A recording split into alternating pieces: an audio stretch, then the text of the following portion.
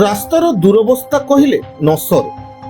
ବରଗଡ଼ ଜିଲ୍ଲା ପଦ୍ମପୁର ସହର ଏହି ଅଞ୍ଚଳ ବାଣିଜ୍ୟର ପେଣ୍ଠସ୍ଥଳୀ ତଥା ପ୍ରମୁଖ ଶିକ୍ଷା କେନ୍ଦ୍ର ହୋଇଥିବା ଯୋଗୁଁ ପ୍ରତିଦିନ ଏହି ସହରକୁ ହଜାର ହଜାର ଲୋକ ଛାତ୍ରଛାତ୍ରୀ ବ୍ୟବସାୟୀ ଯାନବାହନରେ ଯିବା ଆସିବା କରିଥାନ୍ତି।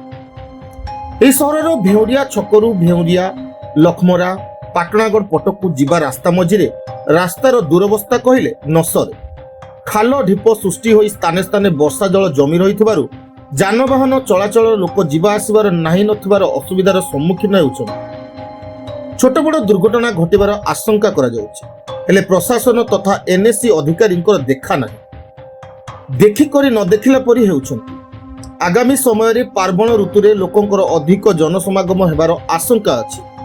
ସବୁବେଳେ ଆଖପାଖ ଅଞ୍ଚଳରୁ ଯାତ୍ରୀମାନେ ବସ୍ ଅପେକ୍ଷା ସବୁବେଳେ ଆଖପାଖ ଅଞ୍ଚଳରୁ ଛାତ୍ରୀମାନେ ବାସ ଅପେକ୍ଷା ସବୁବେଳେ ଆଖପାଖ ଅଞ୍ଚଳରୁ ଛାତ୍ରୀମାନେ ସବୁବେଳେ ଆଖପାଖ ଅଞ୍ଚଳରୁ ଯାତ୍ରୀମାନେ ବସ୍ ଅପେକ୍ଷାରେ କରିଥାନ୍ତି।